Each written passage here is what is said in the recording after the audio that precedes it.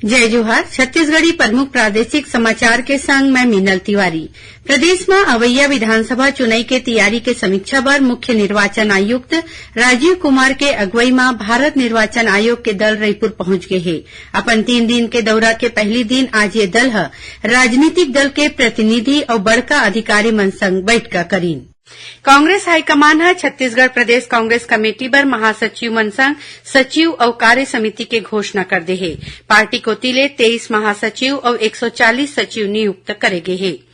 पत्र सूचना कार्यालय रायपुर कोती ले आज कोंडागांव जिला में पत्रकार मन बर वार्तालाप कार्यक्रम राखे गिस। कार्यक्रम में पत्र सूचना कार्यालय के डिप्टी डायरेक्टर रमेश जयभाय पत्रकार मन ला केंद्र सरकार के योजना के जानकारी दीन। मवेशी मन ला रद्दा में आए जाए ले रोके बर प्रदेश भर में 28 अगस्त ले 3 सितंबर तक विशेष अभियान चलाए जाही। स्वच्छता और संक्रमण के रोकथाम करे के क्षेत्र में बने काम करैया प्रदेश के 25 ठिन आयुष संस्था ला आज उप मुख्यमंत्री टीएस सिंहदेव इनाम दीन।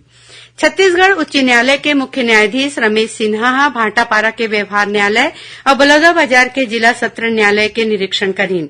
प्रदेश में कांग्रेस विधानसभा चुनाव लड़े के इच्छुक कार्यकर्ता मन ले ब्लॉक स्तर में अर्जी ले है। ये दौरान 90 विधानसभा सीट में करीबन 1900 दावेदार के अर्जी मिले है।